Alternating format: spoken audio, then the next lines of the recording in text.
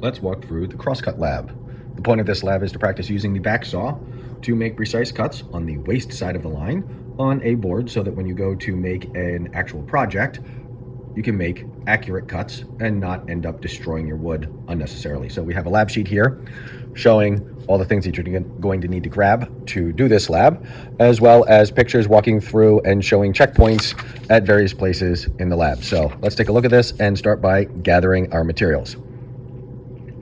Goggles, pencil, square, and bench vise are all on the benches. And then you're going to need to go get a back saw and a board from the places where they typically are.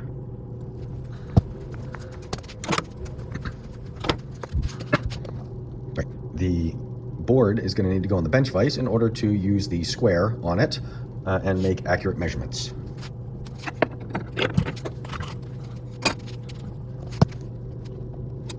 All right.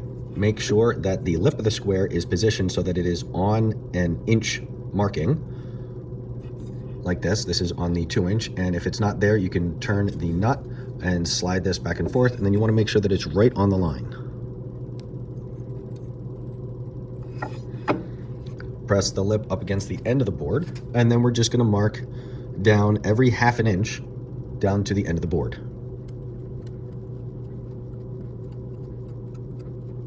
When you get far enough down, you're going to need to move the ruler to the other side and make sure that your marks line up with what you've already done so that you can continue every 1/2 inch.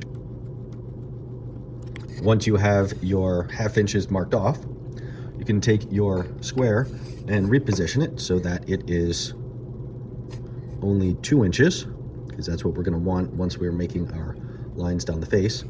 And we're going to turn the lip so the lip is now on the face, pencil in the line, slide it up against, and then mark it off. I'm going to strike these lines.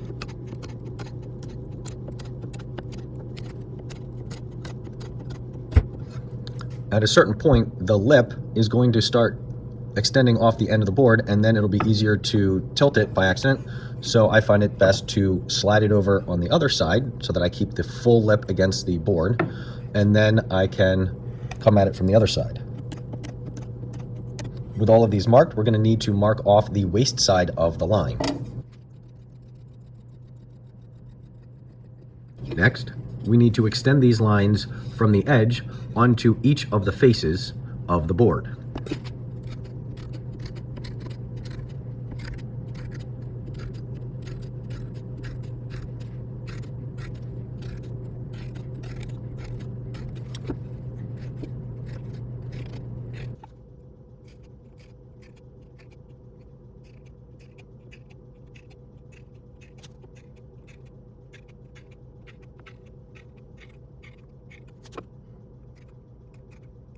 Once we have all of our lines on the face marked down, we need to transfer the X's marking the waist side of the line onto both faces to remind ourselves which side of the line we need to stay on. Now that we've measured and marked off our wood where we're going to cut, it's time to put goggles on and pick up our saw. Now, for using the back saw, you need to make sure that you have your trigger finger out to stabilize your wrist. If you're holding it in a death grip, your wrist is going to be more floppy and making a straight cut is going to be more difficult. So trigger finger out. Once you are holding the saw properly, you need to set your feet properly. The hand that's holding the saw should have a foot that is farther back from the table, and your body should be turned so that your arm can swing back and forth and your elbow not run into your side.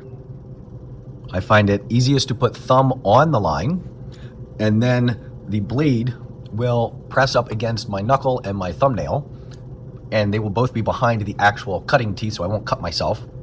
And that will keep the blade cutting on the waist side of the line if my thumbnail is on the line.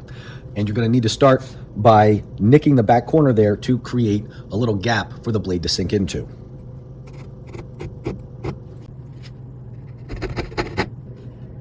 Once you have created that little gap there called the kerf for the saw blade to fit into, you can start sawing back and forth, making sure to stay on the waist side of the line and following it down both the back and the front.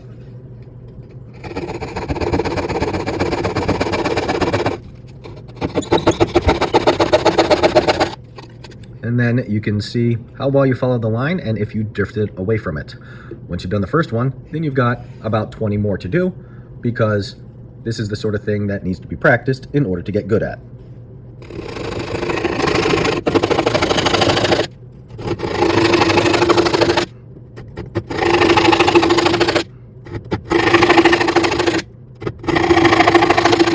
Notice that in each of these cases, the line still exists once I'm done cutting.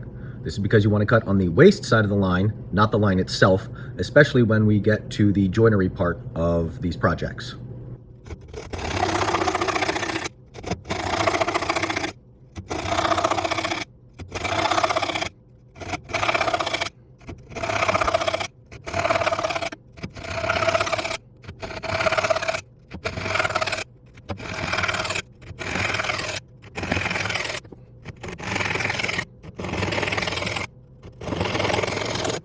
Oh well, I guess I'm not doing that one.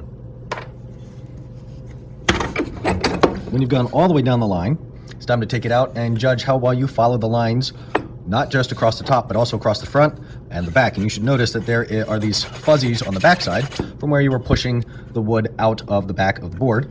And you should be on the waist side of the line for all of these. I should see the line for all of them.